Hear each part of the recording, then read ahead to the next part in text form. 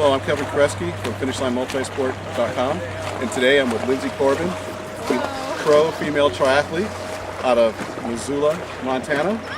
Lindsay, let's talk a little bit about you getting into the sport of triathlon. What were you doing? What was your sport growing up as a child? I grew up as a runner and a ski racer, and I had aspirations of being a downhill Olympic ski racer, but it didn't work out so well for me, and I found my talents were more in the endurance events and running, so I pretty much grew up running, and but I think the ski racing, because I think it set me up for a good bicycling background. So It toughened up your legs and worked those small muscles that a lot of people kind of neglect while they're training in the sport of cycling. Yeah, but the one thing I didn't know was swimming. I didn't learn that till just recently, so I wish I had been taking more swim lessons. You know, that's a very common thing amongst the triathletes. They always talk about when I say, hey, what's the best advice you can give to somebody? They're like, learn to swim at a very, very young age because it becomes a very, very good weapon to have. Definitely. In the sport of triathlon, when did you decide that you wanted to get into it more involved on the pro level?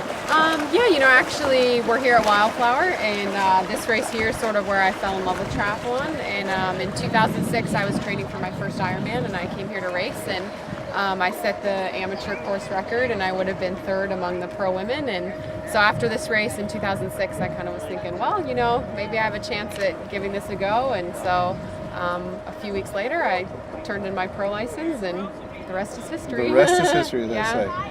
Last year, I had a chance to meet you in Kona. Yep. What, when you're racing Kona, is Kona everything they make it out to be? Yeah, I mean, Kona definitely is the creme de la creme. It's awesome, and I mean, just the minute you step off the plane there's all sorts of special feelings about the island and the race itself, and so it's amazing. I mean, I love racing there, and every time you're there, it's different, and sometimes you have awesome races, and other times not so much, but it just keeps you coming back for more. So let's take a little step back. When you did your very first triathlon, where was it, and what type of equipment were you using? My first triathlon was in Montana, and it was a sprint distance triathlon in Kalispell, and I was borrowing my now husband's bike at the time, and it was a pool swim, and I went out in about a 1:10 in the first 100, which was stupid for someone like me at the time. So it was fun though. And what kind of results did you pull out of that one? I won. This is always where it starts off at. You get the addiction of winning and to turn pro. Yeah, exactly. That's another common thing amongst the pros is that they go out, they do the first one, and they rank pretty high, really kind of being aloof, I guess, of what the sport is about. And you're up on the podium going, and that's where the addiction starts. Yeah, definitely. I mean, it's for sure, particularly the Ironman, at the end of the day, or a half Ironman, you finish your race and you go back and you think, well, if I would have done this and this different, and maybe if I wouldn't have pushed the bike so much, I could have run faster, and just lots of questions, and so you want to improve upon your past performance and try and change things, and so I'm always like, sign me up again. What is it about the Ironman distance that draws you to that style of racing? I think the Ironman, it definitely requires physical talent, but also mental talent. And I like that it combines the two aspects into one sort of big thing. And it's, I always say that Ironman is the icing on the cake, the race day, but everything else is more the journey getting, to the Ironman itself. And it's pretty memorable doing all that lead up. So. Now, last year you raced Kona, and then about 6 weeks later, or 6 to 8 weeks later, you went out and raced Ironman Arizona. Yeah. How do you go from such an intense race in Kona, because everybody's going to push their hardest in that race?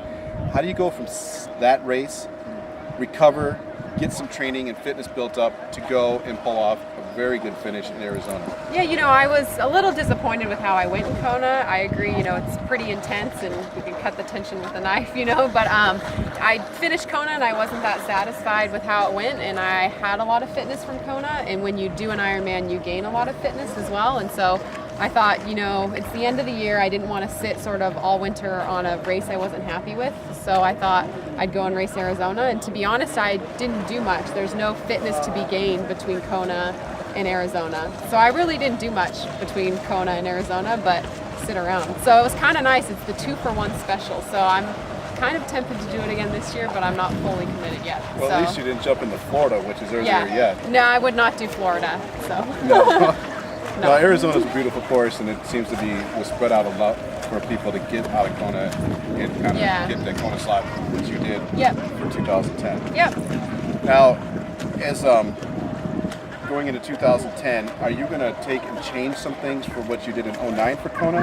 Or do you change things from year to year when it comes to the Kona race? Yeah, this year I'll be changing a lot of things. I started working with a new coach actually a few days after the Ironman in Kona, and he helped me prepare for Arizona. Okay. And so I've been working with a new coach, and it's a very different approach to training. And so yeah, I've definitely switched things up, but it's been working out well for me in 2010, and so I'm looking forward to Kona this year and Ironman Coeur d'Alene as well. Now, switching coaches, does that give you are you doing it for a breath of fresh air? Or are you doing it because you think you plateaued, or how does it come about to say it's time to make a change? Yeah, kind of a combination of things. I think training had sort of plateaued for a little bit, and I was battling with some injuries and other sort of struggles, and I just was wondering if there was something else out there. I'd been working with the same coach for all of my career, and so I just wanted to try something different, and so far it's been working out well.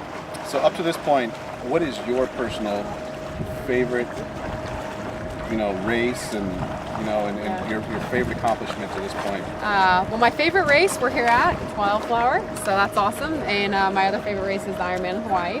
And I've had a lot of accomplishments. I think just getting to the finish line on good races or bad ones. Finishing 5th at Kona and first American was great. Second last year at Ironman Arizona in 9 hours and 14 minutes was awesome. So yeah, I don't know. I've been pretty lucky. You've been doing really well. Yeah, thank you. Where are we going to see you at for 2010 at Wildflower here? So I'm going to be focusing on Ironman Coeur d'Alene after this race. I'll do probably one more 70.3 before then, and then after Coeur d'Alene, it's all about Kona for me, and I'll be putting my eggs in the Kona basket. So. Are you going to spend most of your time training in back home in Montana, or do you go down to Boulder, or do you go out to Tucson? There's so many new little spots in the United States and overseas. Do you partake in that, or you just stay within yourself at home? Yeah, this time of year I'll be staying home in Montana. Okay. In the winter I leave. Get out of there. This year, Why is that? This year I spent some time in California as well as Tucson. But the summer's the best in Montana. So good terrain. Montana is the new training hotbed, actually, that you didn't speak of. So. Well, I don't know if it's that or Pip's little tour out in Kansas. Yeah, exactly. It's a toss-up. They're like, let's see. These girls are getting great results. Let's move over to them and see what's in the water, right? Exactly. 2010. What do you got for your sponsors this year? I'm sponsored by Zip Speed Weaponry, but my big sponsors are Saucony running shoes, Cliff Bar, Scott Bicycles, Xterra wetsuits, SRAM, Big Sky Brewing Company. My coach is Matt Dixon of Purple Patch Fitness, and Oakley Sunglasses. Let's see what else we're forgetting here. And Matt coaches a few other guys that people have heard mentioned in some of these big races. My coach Matt works with Chris Lieto, Matt Lieto, James Cotter, Tyler Stewart, myself, Meredith Kessler. So he's got a good team. He's awesome. Yeah, definitely. To close this out, what do you want people to know most about Lindsey Corbin? Well, I wear a cowboy hat across the finish of every race to remind everyone that we do this for fun. And so no matter what, if you win or lose, if you're 16-hour Ironman or 9-hour Ironman, we're here for fun. So there you go. Once again, I'm Kevin Koreski. This is pro female triathlete Lindsey Corbin. And Lindsey, one quick question. Yep. Where can people see you on the internet? Do you have a website? Do you have Twitter and Facebook and all these things? Where can people follow you? LindseyCorbin.com, and I'm Lindsey Corbin on Twitter and Lindsey Corbin on Facebook.